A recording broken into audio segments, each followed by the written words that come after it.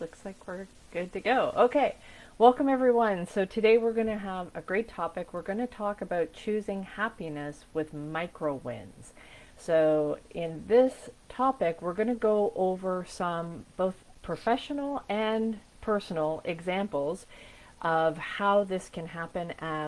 So I'm going to start off with professional stuff and project management. I know. So those of you that are wanting the more personal side and you want to apply this to your own personal happiness, stick around. We'll get to it, and you'll learn some business stuff along the way, okay? All right. And if this is your first time joining me, my name is Tina. I'm a happiness coach, and I help business owners deal with the emotional side of both their professional and their personal life. Okay, so let's talk about project management.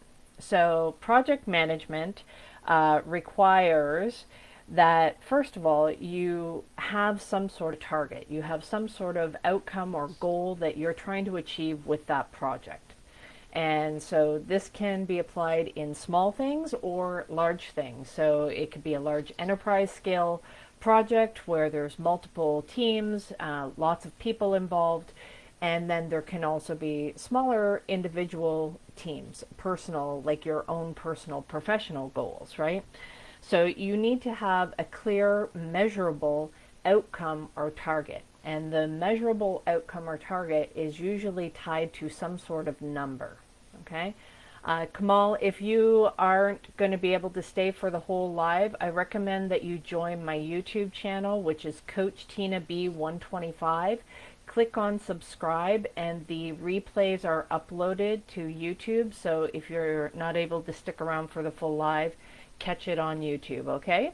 So welcome back for joining the live. Yeah. You're saying about online busters? I'm not quite sure. Can you restate that question, please? Okay. So going back to the measurable outcome for your target, right? It usually has some sort of number. So the next thing is you're going to have not only your end target goal.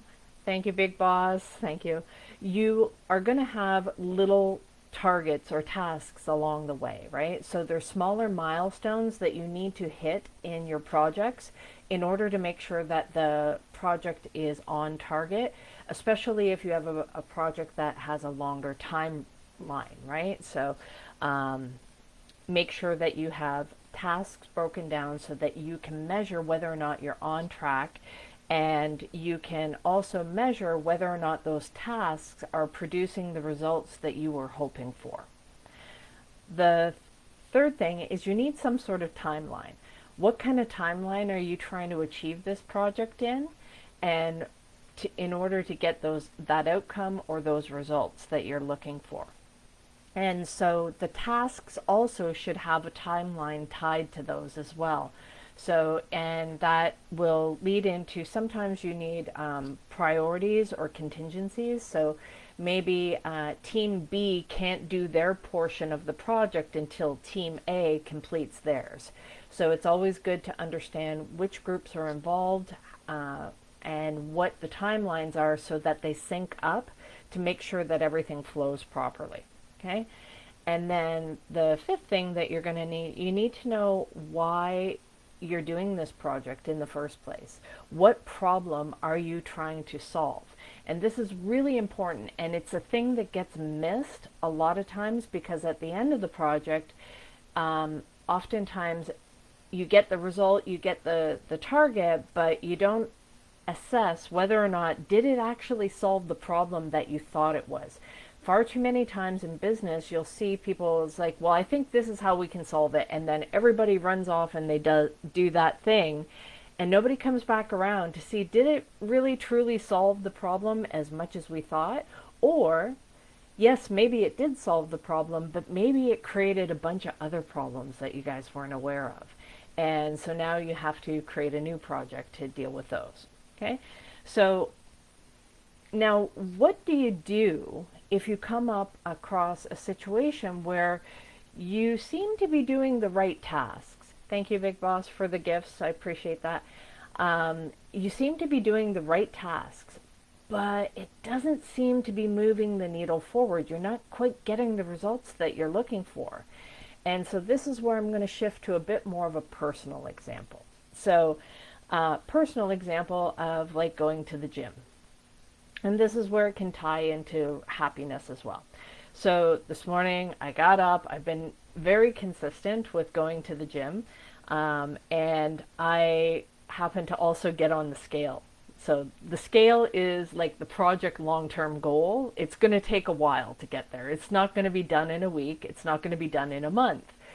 It is a long-term goal that I have to keep working on. And I feel like I have the right tasks and I'm moving forward and I'm doing those tasks, but I'm not seeing things progress. And I was annoyed when I got on the scale this morning and I'm like, seriously? Why isn't this moving? And I'm like, okay, I could, in the past, I would have gotten upset. I would have thrown in the towel. This isn't working. I'm doing all this work. I'm not seeing any results. I'm getting frustrated. I'm unhappy, right? And usually that's when I would give up with stuff. But instead, let's start focusing on some micro wins. So maybe it's not the end target result that you're getting, but here's some of the wins that I was starting to see. I'm like, oh, I noticed there was a little bit more muscle definition in my calf and my waist and in my belly and my arms and my chest. And I'm like, huh, that's kind of cool. I noticed that even though the weight hasn't gone down, the inches have started to go down. And I was like, okay, that's a bonus as well. My clothes are feeling a bit looser. So that's another thing to focus on those micro wins. While I was at the gym, I was noticing some of the weights that I had been doing were easier to do. I was not struggling as much to complete the reps and the weights that I was using. I was enjoying the process more. So these are all things that even in business, right, you might not see the wins right away, but maybe your team is working together more cohesively. Maybe they're on track a little bit better. Maybe they're understanding things a bit more. So focus on those micro wins along the way because that's going to bring a lot of good results, and reward that behavior because you want to see more of that behavior, right? So if you also see your team enjoying the process a little bit more, they're excited about it, they're enthusiastic about completing this project rather than dragging their feet and going, oh, I gotta do this again, right? No, you want to reward when it's like, oh, what are the little wins along the way? What are the micro wins? And focus on rewarding those things to keep the momentum going with the project. And also too, myself, I was seeing, I felt a sense of accomplishment because I was doing things, and there were days like this week, there were days I was actually crying while I was working out. I'm like, oh, I'm so frustrated. This is annoying. I don't want to. But I pushed through on that day, right? So really acknowledge those wins with your team. If you see that they're struggling and they didn't really want to, but they still push through, reward that. Make sure you reward that. It will go a long, long way. Okay? So make sure that you're focusing on the observable progress of the project, and not just the end target. Okay? The next thing is, so again, at the gym, I would look around and I would see all these people that they must have been going to the gym for years because they look amazing and they are doing things. Maybe they're pulling more reps, higher weights, they're running faster, they're doing all this kind of stuff. And it can be easy to slip into comparison and focus on, oh, I'm never going to get there. And I'm like, oh, I don't belong here. That's what I used to think. Now I walk in like I freaking own the place and I'm like, yeah, I do belong here. I love being here. I love doing this stuff. And I was like, it's been a long time since I had felt that way. And it feels really good to be doing that again. So I'm very grateful.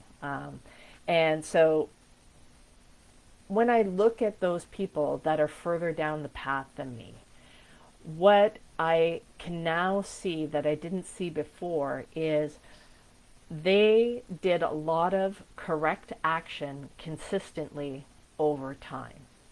And so now I don't tell myself I can't. I just now need to know that I have to focus on consistently doing the right action and be willing to do that over a long period of time. So I'm not so focused on fast results now. I'm focused on consistent action.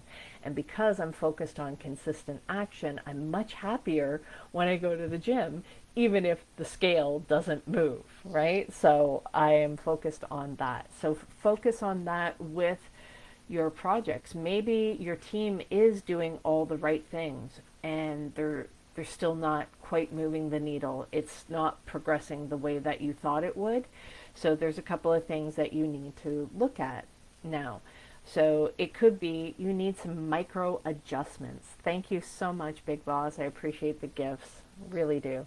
So you need some micro adjustments. So for myself, it was a few little things. I'm like, okay, when I'm looking at why isn't the scale moving the way that I thought it would, well, sleep and stress are factors in there. Increasing my water intake as well. So these are all like little things that I'm aware of that maybe I wasn't really factoring into the whole process. I can also increase the time between meals. I can also look at, oh, am I sneaking a few extra little carbs in here and there? What can I cut back on, right? So those are micro adjustments that I'm like, oh, okay. Maybe for your project, maybe it's the timing is off. Maybe there was somebody that needed to do something first before the other person could do it. And so you need to make little adjustments. Maybe there's a report that you need like first thing in the morning in order to get the numbers correctly.